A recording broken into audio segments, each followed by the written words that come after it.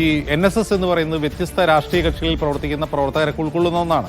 സ്വാഭാവികമായും പിണറായി വിജയന് പിന്തുണ പ്രഖ്യാപിച്ചുകൊണ്ട് സർക്കാരിന് പിന്തുണ പ്രഖ്യാപിച്ചുകൊണ്ടുള്ള NSS ജനറൽ സെക്രട്ടറിയുടെ പ്രസ്താവന സ്വാഭാവികമായി എതിർപ്പ് ഉയർത്തില്ലേ NSSനുള്ളിൽ നിന്ന്?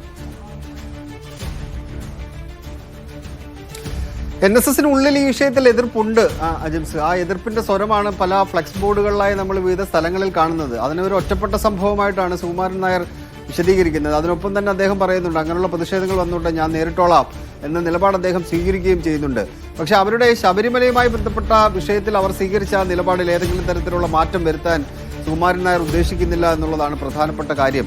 ഇന്നിപ്പോൾ നടക്കുന്ന പ്രതിനിധി സമ്മേളനത്തിൽ വലിയ വിമർശനങ്ങൾ ഉണ്ടാകില്ല എന്നാണ് ലഭിക്കുന്ന സൂചനകൾ. ആരെങ്കിലും ഇനി എടുത്ത് വലിയ വിമർശനങ്ങളിലേക്ക് പോകുമോ എന്ന കാര്യത്തിൽ ഒരു വ്യക്തത വരേണ്ടിയിരിക്കുന്നു. ഇതുവരെ കിട്ടുന്ന സൂചനകൾ അനുസരിച്ച് വലിയ വിമർശനങ്ങൾ ചിലപ്പോൾ ഉണ്ടായേക്കില്ല.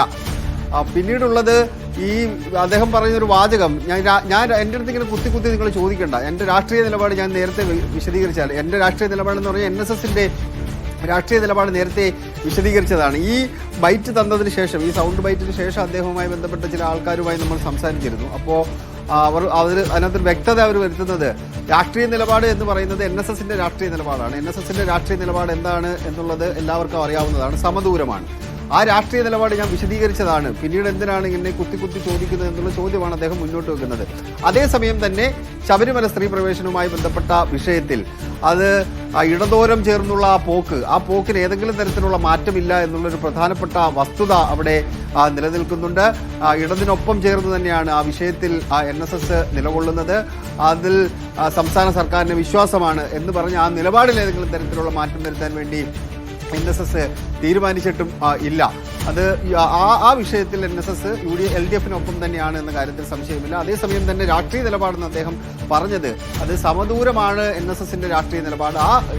ആ കാര്യത്തെക്കുറിച്ചാണ് അദ്ദേഹം സൂചിപ്പിച്ചത്. അല്ലാതെ ഇടതിനൊപ്പം ഞങ്ങൾ പൂർണ്ണമായും ചേർന്നു എന്നുള്ള രാഷ്ട്രീയ നിലപാടല്ല എന്ന് ഒരു വ്യക്തത NSSുമായി ബന്ധപ്പെട്ട ആൾക്കാർ വിശദീകരിക്കുന്നുണ്ട്. ശബരിമലയുമായി ബന്ധപ്പെട്ട വിഷയത്തിൽ ഇടതിനൊപ്പം തന്നെയാണ് എന്ന കാര്യത്തിൽ യാതൊരു സംശയവുമില്ല.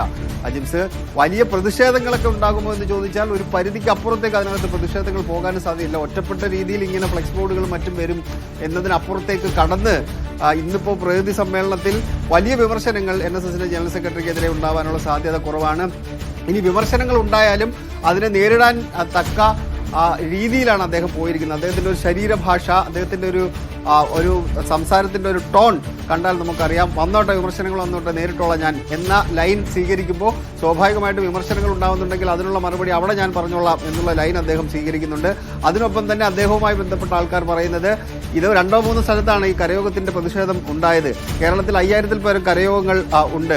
അവരങ്ങനെ പ്രതിഷേധിച്ചതുകൊണ്ട് ഞാൻ ഈ ശബരിമലയുമായി ബന്ധപ്പെട്ട വിഷയത്തിൽ ഏതെങ്കിലും തരത്തിൽ നിലപാട് മാറ്റമില്ല എന്നുള്ളതാണ് NSSന്റെ ഒരു നിലപാടായി നമുക്ക് കാണാൻ കഴിയുന്നത്.